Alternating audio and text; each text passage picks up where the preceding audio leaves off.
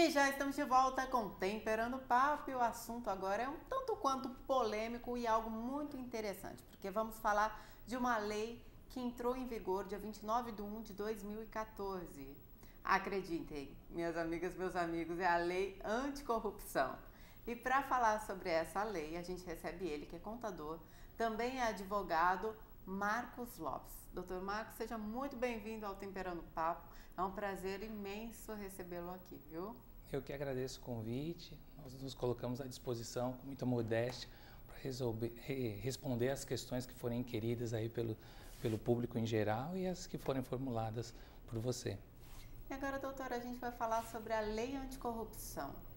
E me fala qual que é o verdadeiro objetivo desta lei, né? O objetivo da lei ele veio para coibir, impedir, evitar atos lesivos contra a administração pública nacional ou estrangeira. Então, para afastar questões de práticas corruptivas, principalmente nas licitações e contratos, nas aquisições de produtos ou serviços por parte da administração pública. Então, essa lei veio para trazer uma responsabilização para a pessoa jurídica, porque em outrora, geralmente, quem pratica o ato é uma pessoa física, uma pessoa natural. Então, ele tem a sua responsabilização no campo penal, no campo civil. E agora essa lei veio responsabilizar, além da responsabilidade individual da pessoa natural, que seriam os dirigentes e administradores, ela também vem para punir as empresas. Entendi. Então, tem a responsabilidade jurídica também, é o que diferencia. Porque no nosso Código Penal já tem penalidades para essas pessoas que cometem esse tipo de infração, não tem? Sim, então o agente público, ou seja, os crimes de corrupção ativa, corrupção passiva, precarização, peita, suborno, concussão, peculato. Então, todos esses crimes são tipificados no Código Penal e também tem legislação extravagante, como a lei de improbidade administrativa. Sim. Então, tem um arcabouço jurídico aí para penalizar quem pratica esse tipo de conduta. Doutor, será que vai funcionar de maneira prática? Olha, a gente está muito confiante que isso aconteça, né? Há um clamor social, um clamor da sociedade civil organizada, sobremaneira o que aconteceu recentemente aqui em São Paulo, no Rio de Janeiro. Você está falando dos protestos? Dos protestos. Então, é como se a sociedade não aguentasse mais esse tipo de conduta. Não estamos aguentando mais. Então, o clamor social, todas essas questões acho que contribuem, parece que como o gigante acordou, que o poder detém, emana do povo e vem do povo, e parece que o povo, a sociedade civil organizada, tem se rebelado e se insurgido contra esses atos. Então a gente está bem esperançoso que tenha uma aplicabilidade, validade, vigência e eficácia dessa lei de responsabilidade. Graças a Deus nós estamos vendo sim punições acontecendo, né? Isso. E isso dá uma certa segurança, né? Porque o Brasil jamais esperava que certos tipos de punições aconteceriam. A gente achava que realmente tudo ia acabar em pizza.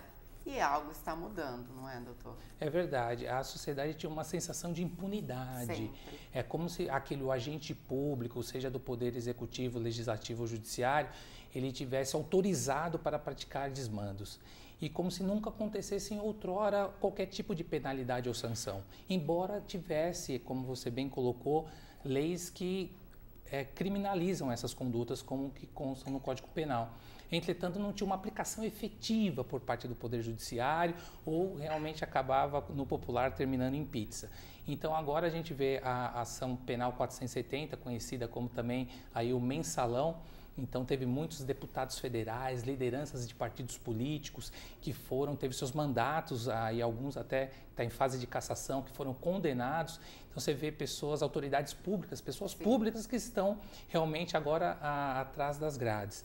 E a aplicação aconteceu, então agora parece que esse clamor, esse senso todo, tudo conspira para que essa lei tenha aplicação, validade, vigência e eficácia. Sim, agora só falta dar educação e condições básicas necessárias para quem está atrás das grades também, né? Porque não vale a pena a pessoa não ter mais o direito à liberdade, porém não tem nenhum ensinamento lá, né? A penitenciária do Brasil é algo que dá o que falar, literalmente. Infelizmente, tem um aumento substancial da população carcerária. A gente vê uma situação de muita dificuldade que ocorreu no estado do Maranhão. o sistema prisional praticamente falido. A ideia não precisa nem tão longe. Aqui em São Paulo, em qualquer estado da federação, você vai encontrar uma situação deplorável. Eu falo lá que é o que mais recente que aconteceu, né? Uma superpopulação carcerária sem infraestrutura nenhuma. E a pena tem o caráter de ressocializar, de reeducar para que aquele que cometeu um desmando, que cometeu um crime, seja reinserido na sociedade. Mas é o que você bem colocou, nem sempre acontece isso, né? Com certeza. E doutor Marcos, quem tem uma pergunta para fazer para você agora, que já está arregaçando as manguinhas ali, literalmente falando, é o Marcos Chinelli. Doutor, essa lei anticorrupção com certeza deve ter sido escrita, redigida pelo mago Merlin, e o relator foi o Harry Potter, com certeza, né? Porque chega de lei no Brasil, né? Pelo amor de Deus. Eu acho que não lhe parece que é só mais um nome para agrupar uma série de leis que já existem, para dar uma satisfação para a sociedade, que agora não, nós vamos combater a corrupção. Já tem 1000 leis que combatem a corrupção. Tem uma lei específica agora anticorrupção. Não é só mais um nome? Não, eu penso que não, meu bom amigo Marcos. Eu penso que a lei realmente veio dar uma chacoalhada nas empresas, porque ela trouxe o critério da responsabilização objetiva das pessoas jurídicas. Então, ela prevê uma série de sanções, além de pesadas multas que podem incidir sobre o faturamento bruto do ano anterior. Então, acho que o temor desse prometimento de um mal, eu penso, e é mais essa ideia de clamor social, recentemente, que aconteceu na sociedade civil organizada, nós pensamos que realmente venha a ter aí a aplicação efetiva da lei. Então, ela inverte, porque a gente sempre se preocupou com o corrupto. Agora essa lei vai servir para checar e identificar o corruptor também, é isso? Também. Então, além de identificar a pessoa física, o administrador, o dirigente da empresa, ela vai punir também a empresa. Então, vai sofrer sanção tanto aquele agente que recebe uma vantagem devida, aquele que participa desse ato lesivo contra a administração, a pessoa jurídica, às vezes são organizadas, são empresas interpostas são estruturas societárias constituídas para alcançar um ato lesivo contra a administração, também serão responsabilizadas.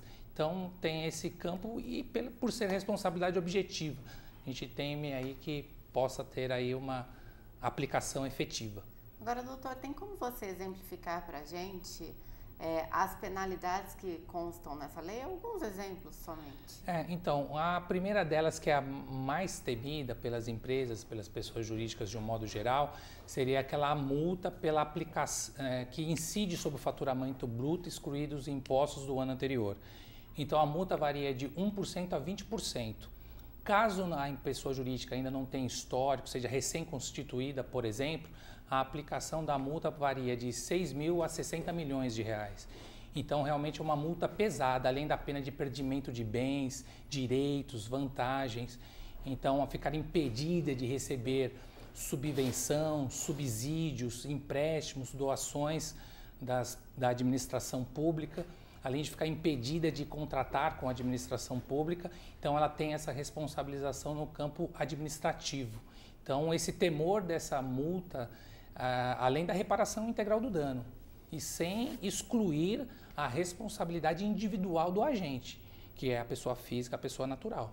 Sim, então devido a isso, você acredita que as empresas realmente vão mudar as suas práticas? A gente pensa que sim. Um caso recente que aconteceu no estado de São Paulo, que também tomou aí os meios de comunicação, foi o caso Siemens, com alguma contratação pelo governo do estado de São Paulo nas obras do metrô de São Paulo. Começou, parece que nas gestões passadas, e foi detectado esse caso agora. Então, a empresa é a Siemens, a gente pode citar porque é um caso público, notório, público, né? Sim. E no caso Siemens aconteceu lá algumas situações semelhantes. E aí teve um acordo de leniência, que aí a pessoa jurídica está contribuindo com a investigação, fornecendo subsídio, informações, contribuindo com o órgão de investigação para contribuir e aí ela atenuar aí a aplicação, a majoração, a aplicação da pena. A maioria dos estados não regulamentou essa lei ainda. Você acredita que vai acontecer isso no país todo? A norma, a lei, ela prevê que a regulamentação cabe aos estados. Então, está para sair pela Controladoria Geral da União, que é um órgão que integra o Poder Executivo Federal. Então, a gente pensa que saindo a regulamentação por parte da CGU, os demais estados se inspirem nessa legislação federal, nessa regulamentação federal, e os demais estados venham implementar. Parece que tem um caso no Tocantins que também já tem aí o seu regulamento já aprovado. Ah, já está regulamentado? Isso, também? em alguns estados, né? Então, a gente pensa que saindo a legislação federal, acho que traz até uma harmonização no sistema jurídico e contribui, porque saindo da Controladoria Geral da União, as corregedorias nos estados também se inspirem nessa legislação, nessa regulamentação federal. E explica pra gente como é feita essa aceitação, né? Porque você me disse que os estados podem ou não aceitar essa nova lei. Não é bem isso. Na verdade, é uma previsão já na lei anticorrupção que prevê que a regulamentação cabe aos estados, porque ela pega a administração pública nacional ou estrangeira. E como administração, a gente entende órgãos do poder executivo, legislativo e judiciário. Então, além da aplicação no campo federal, que fica aí a cargo da Controladoria Geral da União, a gente também tem a administração pública nos estados. Tem órgão poder executivo, tem poder judiciário e também nos municípios. Então, esses órgãos vão ter lá a sua regulamentação, mas sempre submetendo à legislação federal, que é a lei anticorrupção. Muito bem explicado. Gente, nós estamos com o Dr. Marcos Lopes no Temperando Papo. Ele que é contabilista e advogado.